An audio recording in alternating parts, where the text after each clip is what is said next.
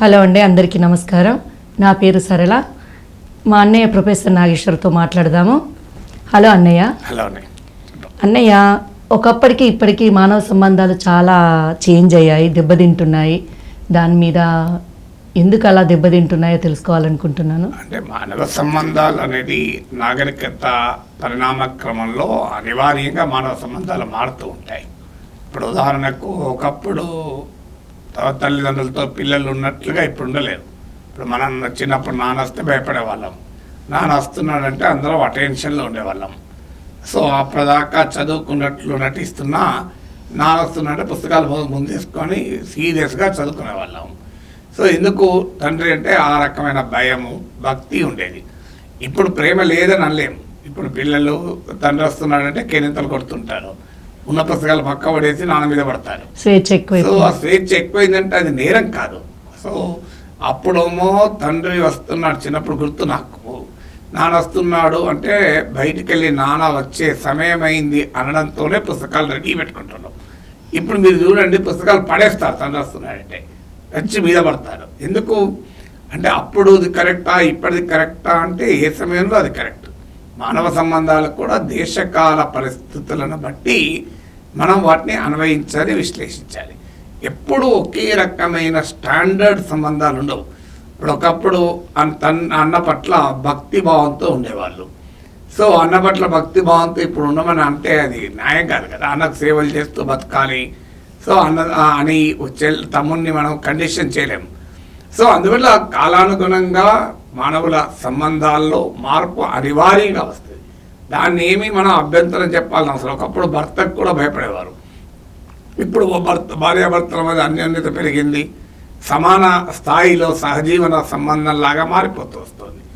అందువల్ల మానవ సంబంధాల్లో వచ్చేటువంటి మార్పు నాగరికత పరిణామ క్రమంలో కాలానుగుణంగా ఉన్నటువంటి పరిస్థితులను బట్టి మారుతుంటే అది నేరం కాదు. అయితే మౌలికమైన మార్పు వచ్చిందా?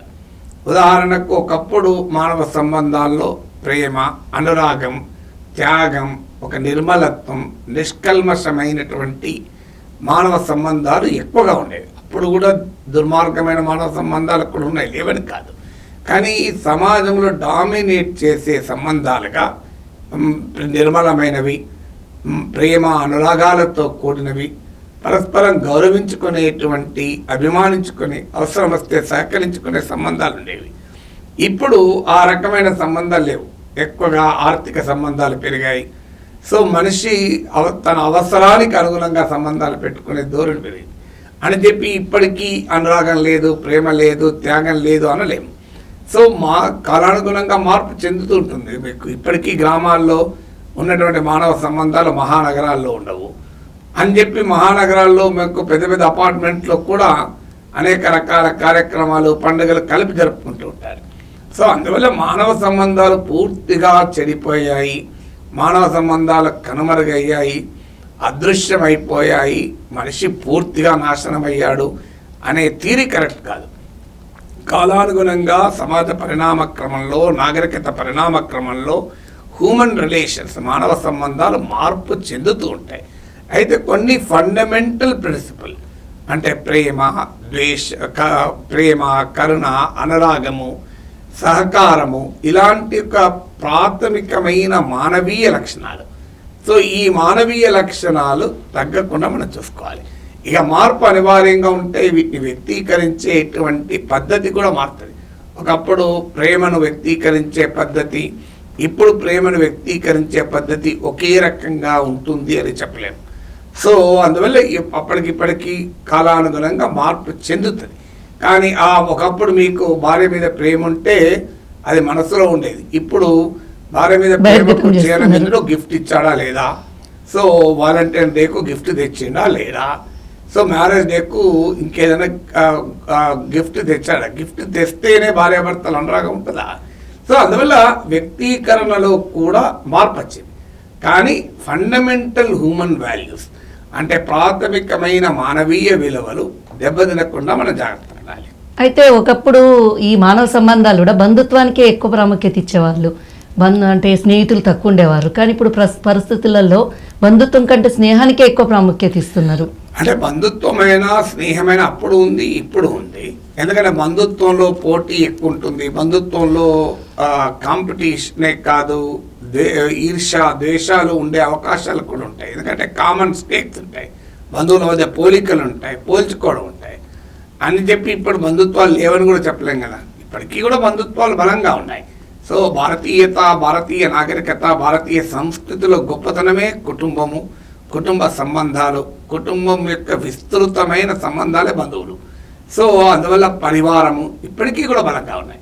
అయితే గతంతో పోలిస్తే స్నేహితుల పాత్ర పెరిగిన మాట నిజం. బంధువుల పాత్ర తగ్గింది అనడు కన్నా స్నేహితుల పాత్ర పెరిగింది అన్న నిజం. బంధువుల మధ్య ఏంటంటే కొన్ని కారణాలు, ఆర్థిక వివాదాల వల్ల కావచ్చు, వ్యక్తిగత స్వభావాల వల్ల కావచ్చు, ఇలా రకరకాల కారణంలో ఒక బంధుత్వంలో ఒక స్టేక్స్ ఉంటాయి. సో ఆ స్టేక్స్ మీకు ఫ్రెండ్షిప్లో ఉండవు. బంధుత్వమేమో అనివార్యంగా నీ మీదకి వచ్చి నువ్వు ఆపలేవు, నీ బంధువును నువ్వు చూస్ చేసుకోలేవు, కానీ స్నేహితుడు నువ్వు చూస్ చేసుకోవచ్చు. స్నేహంలో ఉన్న అడ్వాంటేజ్ ఏంటంటే నీకు కావలసిన వాళ్ళతోనే స్నేహం చేస్తావు, కావలసిన వాళ్ళతోనే బంధుత్వం ఉండలేవు కదా. ఉదాహరణకు నీకు ఒక కజిన్ ఉండాలి, కజిన్ నువ్వు చూస్ చేసుకుంటే రారు, నీకు అనివార్యంగా ఒక కజిన్ వస్తారు, నీ చాయిస్ లేదు అక్కడ. కానీ ఫ్రెండ్లో నీ చాయిస్ ఉంది. అందుకే ఫ్రెండ్షిప్ను మనం రిలేటివ్స్ను కంపేర్ కూడా చేయలేము. రిలేటివ్స్తో నీ చాయిస్ కాదని, నీకు అనివార్యంగా వచ్చి పడ్డటువంటి బంధువులు. సో అందువల్ల కొంతమందితో నీకు వాళ్ళ ఆలోచనలు ఈ ఆలోచనలు కలవకపోవచ్చు, వారి ప్రవర్తన నీ ప్రవర్తన కలవకపోవచ్చు, వారి భావాలు నీ భావాలు కలవకపోవచ్చు. అందువల్ల బంధుత్వంలో అందరూ ఒకే స్థాయిలో ఆ బాంధవ్యాన్ని కలిగి ఉండలేరు. కానీ ఫ్రెండ్షిప్లో ఏమవుతుందంటే నీకు అన్నీ కలిస్తేనే ఫ్రెండ్షిప్ కదా. ఏదో ఒక కామన్ బైండింగ్ పాయింట్ ఉంటేనే ఫ్రెండ్షిప్ ఉంటుంది. నీకు ఆ మనిషి అసలే నచ్చలేదు, వాడితో స్నేహమే చేయవు కదా, గొడవ ఎక్కడిది. అయితే ఈ స్నేహాలు ఎక్కువయ్యి ఇంతకుముందు మీరు అన్నట్టు వ్యక్తీకరించడం అంటే ప్రేమను వ్యక్తపరచడమే కానీ, స్నేహితులతోని పోటీ వల్ల కానీ ఆదాయానికి మించి ఖర్చులు కూడా పెడుతున్నారు. మరి ఇది ఎటు దారి తీస్తుందో తెలియకుండా అవుతుంది. ఖర్చు పెట్టడానికి అనేక ఫ్యాక్టర్స్ ఉన్నాయి. ఒక ఫ్రెండ్షిప్ రిలేషన్షిపే కాదు, ఆదాయాన్ని మించి ఖర్చు పెట్టడానికి ఒక కారణము, కొన్ని పాజిటివ్ కారణాలు ఉన్నాయి, కొన్ని నెగిటివ్ కారణాలు ఉన్నాయి. ఆదాయాన్ని మించి ఖర్చు పెట్టకూడదు అని కూడా చెప్పలేము. కొన్ని విషయాల్లో ఆదాయాన్ని మించి ఖర్చు పెట్టదే మంచిది. ఇప్పుడు పిల్లల చదువు పైన ఆదాయాన్ని మించి ఖర్చు పెట్టాలి కూడా. అదే ఎందుకంటే పిల్లల చదువు కొరకు నాకు ఆదాయం లేదు కదా, నేను ఖర్చు పెట్టను అంటే కరెక్ట్ కాదు. అవసరమైతే అప్పు చేస్తేనా ఆదాయాన్ని మించి పిల్లల చదువు పైన ఖర్చు పెట్టాలి. సో అందువల్ల ఆదాయాన్ని మించి ఖర్చు చేయడం ప్రతి సందర్భంలో నేరం కాదు. ఓ వ్యాపారం చేస్తున్నావు, నీ వచ్చే ఆదాయం కన్నా తోనే వ్యాపారం చేయాలంటే ఆ వ్యాపారంలో ఎదుగుదల ఉండదు. కొంత రిస్క్ తీసుకొని ఆదాయాన్ని మించి అప్పు చేస్తేనా వ్యాపారం చేసి సక్సెస్ అయ్యి సంపాదించవచ్చు. అందువల్ల కొన్ని సందర్భాల్లో ఆదాయాన్ని మించి ఖర్చు చేయడం కూడా మంచిది కూడా, అన్ని సందర్భాల్లో కాకపోవచ్చు. కానీ ప్రతి సందర్భంలో ఆదాయాన్ని మించి ఖర్చు చేయకూడదు. ఖర్చు ఏంటి అన్నది పాయింట్. అంటే మరింత ఆదాయాన్ని పెంచే ఖర్చా, అది అవసరమైన ఖర్చా అనే ప్రాతిపదికన ఆదాయాన్ని మించి ఖర్చు చేయొచ్చు. అయితే ఈ ఆదాయాన్ని మించి ఖర్చు చేయడానికి కూడా కొన్ని పాజిటివ్ ఫ్యాక్టర్స్ దోహదం చేస్తాయి, కొన్ని నెగిటివ్ ఫ్యాక్టర్స్ దోహదం చేస్తాయి. పాజిటివ్ ఫ్యాక్టర్స్ ఏంటి అంటే, ఉదాహరణ గతంతో పోలిస్తే ఇప్పుడు మనిషికి ఒక నమ్మకము, విశ్వాసం పెరిగింది, నేను సంపాదించగలను అని. సో గతంతో పోలిస్తే నా పిల్లలు సంపాదించగలరు అన్న నమ్మకం పెరిగింది. ఒకప్పటిలాగా భవిష్యత్తు పైన భయము లేదు, భవిష్యత్తు పైన నమ్మకం పెరిగింది, భద్రత పెరిగింది. ముఖ్యంగా కొంత నైపుణ్యం ఉండి, సంపాదించుకునే శక్తి ఉండి, చదువు ఉండి, అవకాశాలున్న కుటుంబాల్లో ఇది మరింత ఎక్కువగా పెరిగింది. ఎప్పుడైతే నీకు భవిష్యత్తు పైన నమ్మకము, భద్రత ఉంటుందో, విశ్వాసం ఉంటుందో, అప్పుడు ఆటోమేటిక్గా నువ్వు ఖర్చు పెడతావు. సహజంగా ఎందుకని అంతకుముందు ఖర్చు పెట్టేవారు కాదు. నేను అమ్మని ఇంటర్వ్యూ చేసినప్పుడు కూడా అమ్మన్నది. సో ఏమన్నది, అప్పుడు ఏమో అవసరాలు ఎట్లుంటాయో ఏమో, ఫ్యూచర్లో ఆరోగ్య అవసరాలు ఉంటాయేమో, ఇంకే అవసరాలు ఉంటాయో అని చాలా పొదుపుగా ఉండేవాళ్ళం రా అన్నది. ఇప్పుడు బాగా నమ్మకం పెరిగింది. నమ్మకం పెరిగే మనకి ఏమవుతుందంటే ఏం సంపాదించుకుంటాం, ఇప్పుడు ఖర్చు పెట్టకపోతే ఇంకెప్పుడు ఖర్చు పెడతాం. ఇప్పుడు జీవితంలో వివిధ దశలు ఉంటాయి. సో ఆ దశలు మళ్ళీ మళ్ళీ రావు కదా, ఇప్పుడు అనుభవించాలి, ఎంజాయ్ చేయాలి. నీకు పిల్లలతో అనుభవించే దశ ఉంటుంది, భార్యాభర్తలే ఆ జీవితాన్ని ఆస్వాదించే దశ ఉంటుంది, సో ఆ దశలో నీకు ఖర్చు పెట్టకపోతే తర్వాత ఖర్చు పెట్టాలన్నా పెట్టలేదు కదా. ఇప్పుడు చిన్న పిల్లలు ఉన్నప్పుడు పిల్లలతో పాటు ఒక విహారయాత్రకు పోవాలి, లేదు నీ స్కూల్ చదివే బిడ్డలు ఉన్నారు, వారు ఒక దగ్గరికి విహారయాత్రకు పోవాలి, నీ ఆదాయం అనుమతించదనుకోండి, వద్దు బిడ్డ విహారయాత్రకు పోకు అన్నాం అనుకోండి, మళ్ళీ ఆ స్కూల్ లైఫ్ మళ్ళీ రాదు ఆ బిడ్డకు. సో జీవితంలో ఆ అనుభవము ఆ అనుభూతి మళ్ళీ రాదు. అందువల్ల ఖచ్చితంగా నీ ఆదాయాన్ని మించైనా అవసరమైతే కాస్త భవిష్యత్ ఆదాయాన్ని కూడా లెక్కలోకి తీసుకొని ఓకే కొంత ఆ బిడ్డలకు విహారయాత్రకు అవకాశం ఇచ్చామనుకోండి, వాళ్ళ జీవితాంతం ఆ అనుభూతి మిగిలిపోతుంది. ఇప్పుడు ఉదాహరణకు పెళ్ళైన మొదట్లో హనీమూన్కి వెళ్తారు, ప్రేమయాత్రకు వెళ్తారు.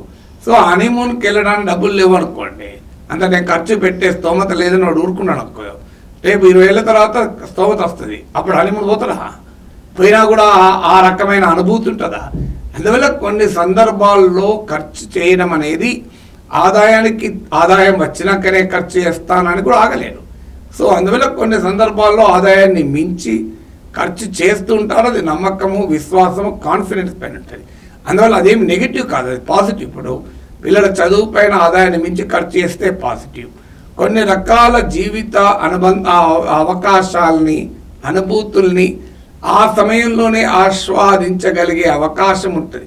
మొట్టమొదటిసారిగా కొడుకు పుడతాడు, బిడ్డ పుడుతుంది, బర్త్డే చేసుకోవాలి, అది మళ్ళీ రాదు కదా లైఫ్లో. సో లేదు మనవడలో పుడతారు, మళ్ళీ రాదు ఆ అవకాశం. సో అందువల్ల అలాంటి సమయంలో నీకున్న పరిమితులు ఉంది, అది కూడా అపరిమితమని కాదు, అప్పుడు కూడా భారీ ఎత్తున అప్లపాలే చేయడం అని కాదు. సో కానీ పరిమితిలో కొంత వెసులుబాటు తీసుకొని ఖర్చు పెట్టడం పాజిటివ్. కానీ నెగిటివ్ ఎక్కడ అవుతుందంటే నీకు వస్తు వ్యామోహంతో ఖర్చు పెట్టడం, నీ ఆదాయాన్ని మించి వ్యామోహంతో ఖర్చు పెట్టడం ప్రమాదకరం. సో కన్జంప్షన్ అనేది తప్పు కాదు, కన్జ్యూమరిజం అనేది తప్పు.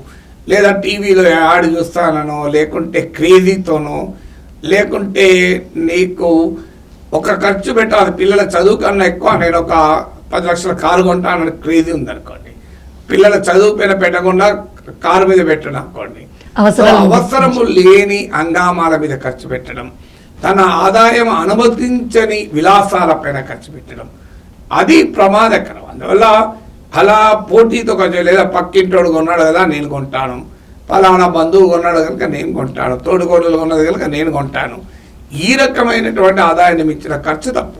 అంతేకాకుండా మనకు కూడా ఆదాయం మళ్ళీ భవిష్యత్తులో సంపాదించుకోగలిగే కెపాసిటీ ఉందా లేదా కూడా చూసుకొని ఖర్చు పెట్టాలి. అందుకే ఆ కెపాసిటీ పెరుగుతున్నది కనుక నమ్మకంతో ఖర్చు పెడతారు. అయితే ఆ కెపాసిటీని అంచనా వేయాలి, అంటే ఎంత నీ కెపాసిటీ ఉంది, ఎంత కెపాసిటీ ఉండవచ్చు, నీకు వచ్చే రిస్క్ ఫ్యాక్టర్స్ ఏంటి, ఏ ఎమర్జెన్సీలు ఎలా వస్తాయి, వాటిని దృష్టిలో పెట్టుకొని మనం ఖర్చు చేసుకోవాలి. అయితే ఈ ఖర్చు పెట్టుడు పెరగడం ఒకటే కాదు, ఒకప్పటికిప్పటికి ఖర్చు పెట్టడం పెరిగింది, అట్లనే ఈర్ష్యలు ద్వేషాలు కూడా పెరిగాయి.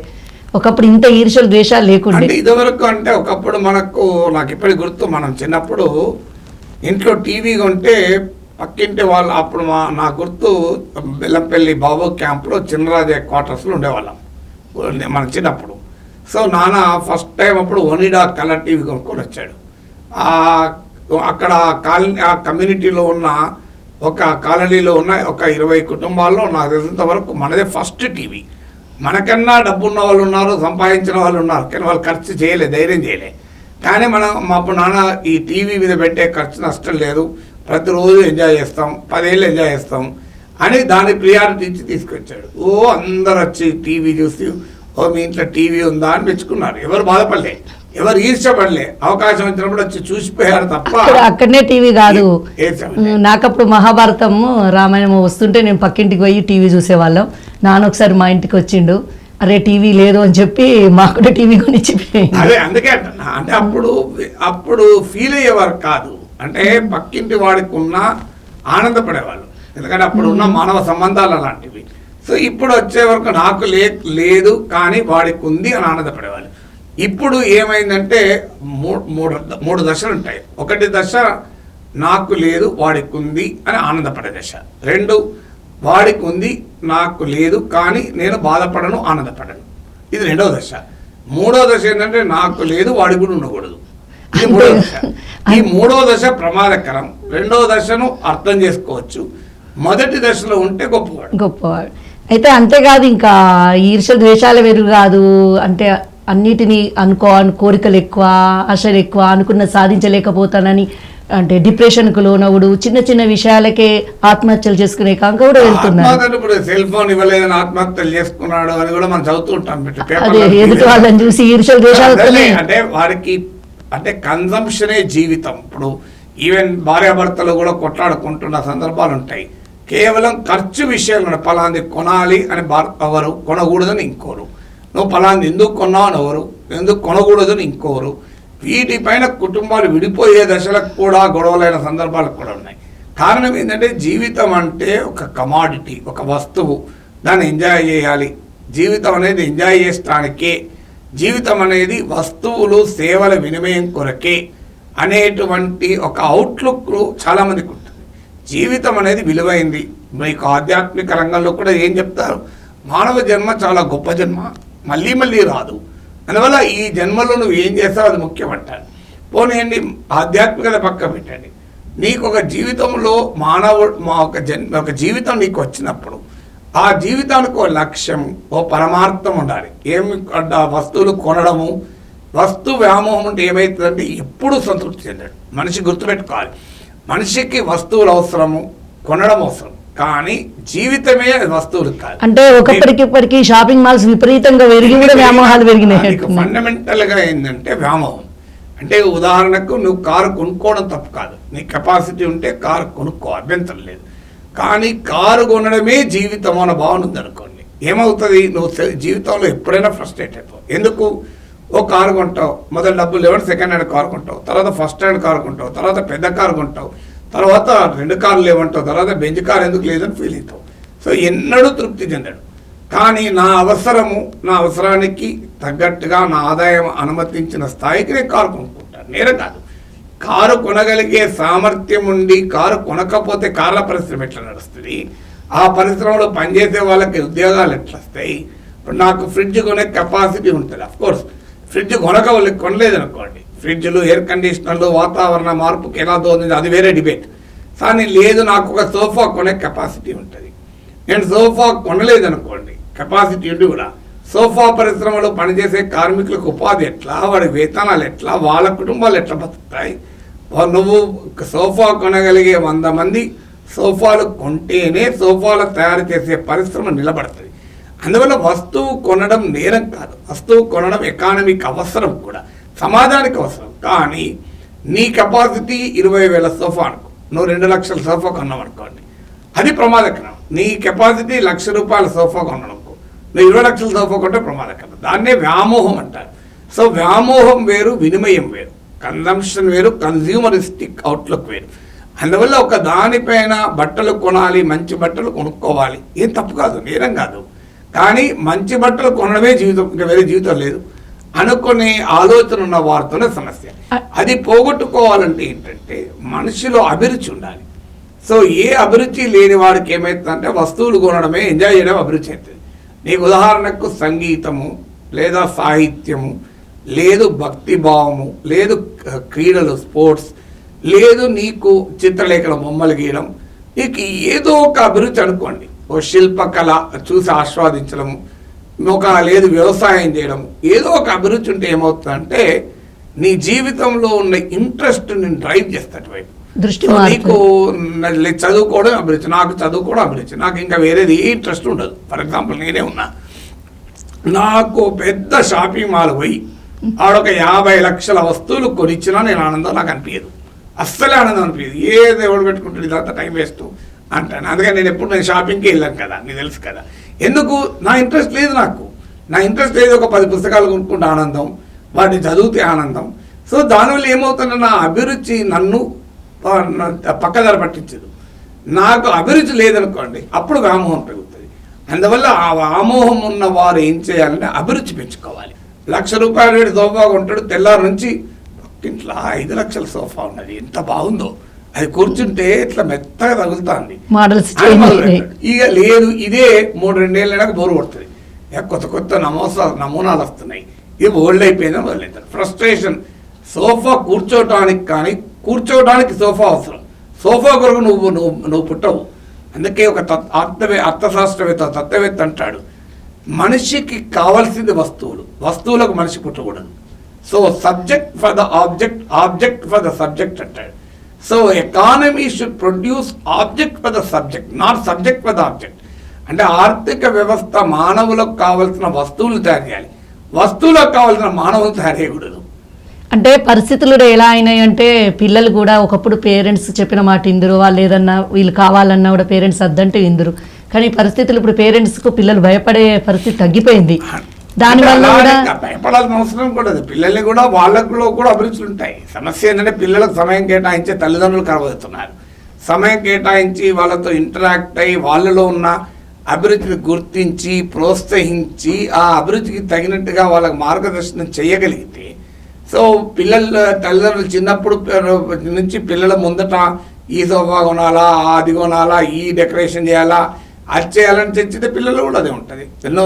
ఎంతమంది ఆలోచనలు మార్చాలి. ఎంతమంది పిల్లలు తల్లిదండ్రులు పిల్లల ముందట పలానా కాళోజీ సాహిత్యంలో ఇలా ఉంది, తిక్కన సోమయాజులు ఇలా ఉంది, శ్రీశ్రీ సాహిత్యంలో అలా ఉందని చర్చించిన వాళ్ళు ఎంతమంది ఉంటారు?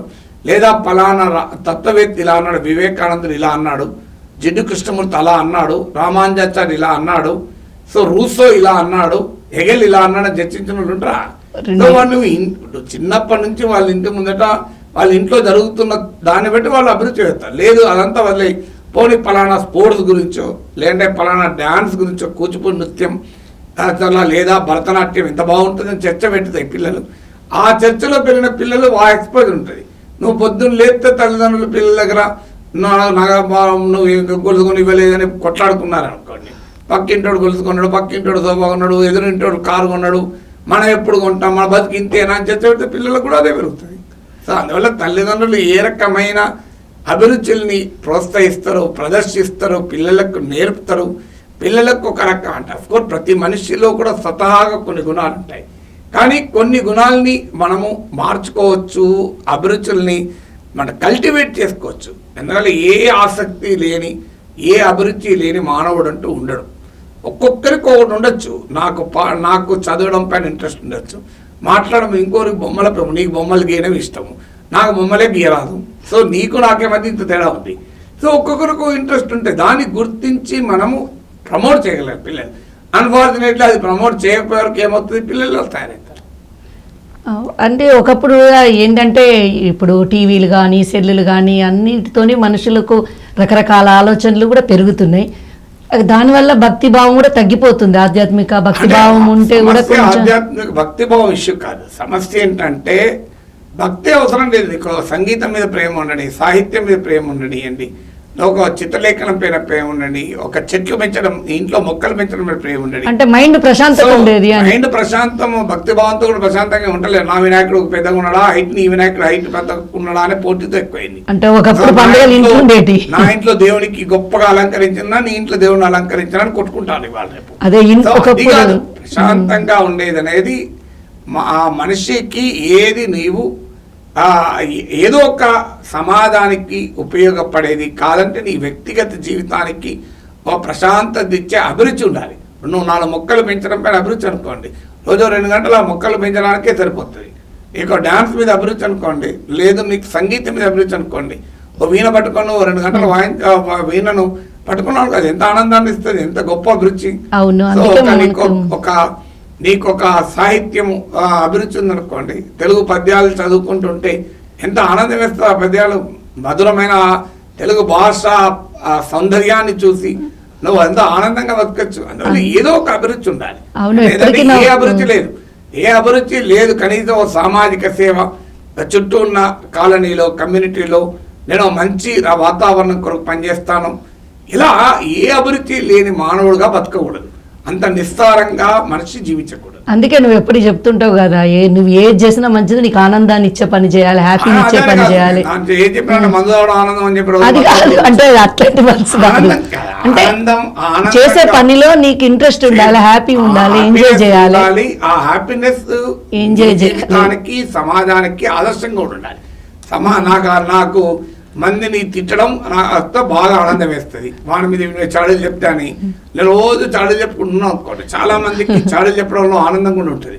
ఇంటి పక్కన మీద ఇంటి ముందర మీద చాడీలు చెప్పుకుంటుంటే ఏం మజా వస్తుందో, బంధువుల గురించి వీని మీద వాని మీద చాడీలు చెప్పుకుంటే అది కూడా ఆనందం ఇస్తుంది. వాడిని మందు తాగితే ఆనందం ఇస్తుంది. కానీ తర్వాత ఏం జరుగుతుంది, తర్వాత భయంకరమైన జీవితం, దుర్భర జీవితం అనుభవిస్తాడు. సో అందువల్ల ఆనందం అనేది ఒక ఏ రకమైన హెల్తీ ఆనందము కూడా ఇంపార్టెంట్. అనారోగ్యకరమైన ఆనందమా, ఆరోగ్యకరమైన ఆనందాన్ని ఇస్తుందా అనేది కూడా క్వశ్చన్. మనకు నానమ్మ ఇప్పుడు రోజు జపం చేసుకునేది 108 సార్లు 108 శివనామాలు స్మరి చేసేది. అదే ఆనందాన్ని ఇచ్చేది. తను రోజు జపం చేసుకునేది. ఇప్పుడు మధ్యలో సీరియల్ టైప్ అయితే అరే ఆ సీరియల్ బెటర్ అని కూడా కానీ జపమే సీరియల్ అంటే అట్లా కాదు. ఒకప్పుడు అంటే తను పూజ చేసుకునేది, తన భక్తి తనకే ఉండేది, నలుగురికి కనబడాలి, బయట పడాలని ఉండకపో. ఇప్పుడు పూజలన్నీ ఇంట్లో పూజ కంటే బయటకు సామాజిక పూజలు ఎక్కువైనాయి. సామాజిక పూజ కూడా నేరం కాదు. ఇప్పుడు ఏంటంటే మానవులలో ఉండేటువంటి అనేక బలహీనతల్ని భక్తిలో కూడా ప్రదర్శించేటువంటి స్వభావం.